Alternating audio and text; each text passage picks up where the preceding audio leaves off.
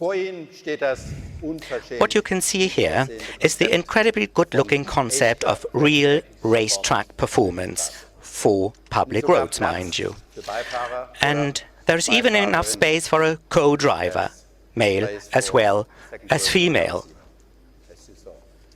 The AMG Project 1 is not only a homage to the motorsport tradition of Mercedes, quite the contrary. It is an outlook for the future of AMG, because AMG has always pursued the goal of ultimate performance. And this performance does not depend on petrol. This is why the future of AMG, the performance brand, also lies in hybridization and electrification. And this show car points us in the right direction. Since the start of this project, I've come to understand even better why such a car is called hypercar. Because in 40 years, I haven't experienced such a hype about a Mercedes as the hype about this one in our company. Last autumn at the Paris car show, we only presented a vague silhouette. However, the next morning already, people called AMG to order such a car. And since then, the telephone in Affalterbach has virtually not stopped ringing. Well, when this exclusive product becomes reality, then it will surely be produced in limited numbers. This means that we will have to make some car lovers sad, whereas some, few, will burst with happiness, I believe. But be it as it may, the car industry is an industry full of emotions. And this is exactly what makes it so fascinating for me. Ladies and gentlemen, Smart and AMG both show in their very own way that we believe that there are many ways leading towards the mobility of the future. And we have the courage to explore new ways. For most of us, a car has always been more than just a means to get from A to B. It stands for freedom and personal independence. The paradox here is that the amazing success of the car is at the same time its biggest problem. The roads in cities get ever more crowded, oil and other resources get scarcer, and availability becomes more important than ownership. This is why our most important task now goes far beyond reinventing the car. It is about redefining our notion of personal independence. Another possibility is to virtually lift the car to the next level, into the third dimension. This dimension we find exciting too. This is why we have invested in the startup company that is behind the autonomously flying Volocopter. And this example too goes to show that you don't create innovations by turning back time or by sealing yourself off. Both with the Smart and the hypercar, we have given you two examples tonight that clearly emphasize the following.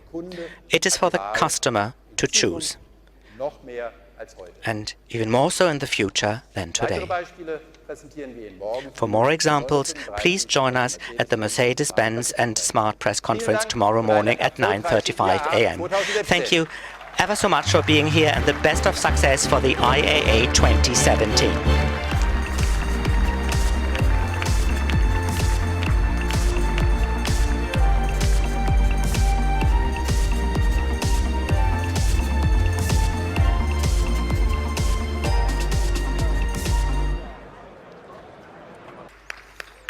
Did well getting out.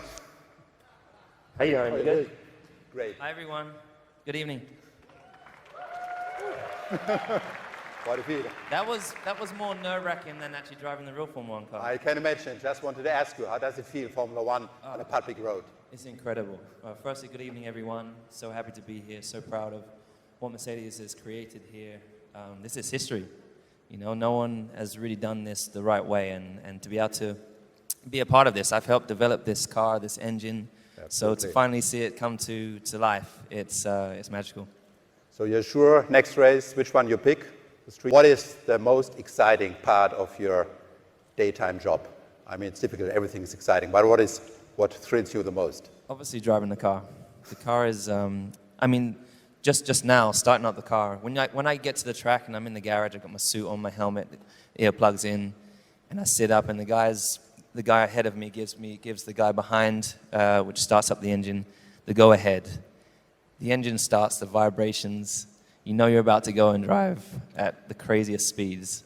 And I can't help but have a grin on my face. So, and as soon as I leave the garage and drive down the pit lane, I have the biggest giggle like a kid. So yeah, that is it.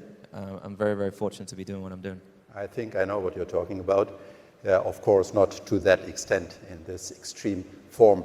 I mean, timing is everything, and you obviously know that. How does it feel just for the Frankfurt Motor Show to be #1 again? It feels amazing. The crazy thing is, I was here, I think, many, many years ago with you. I know. When I was in Formula 3, I believe. So I've been Mercedes powered since I was, 18 years old. So it's a long, long journey together.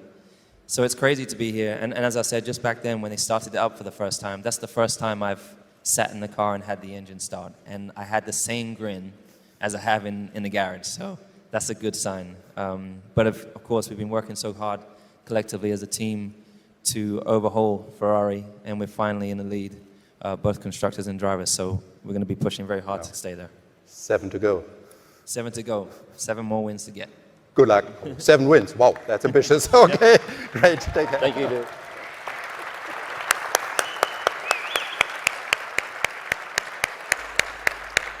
Thank you.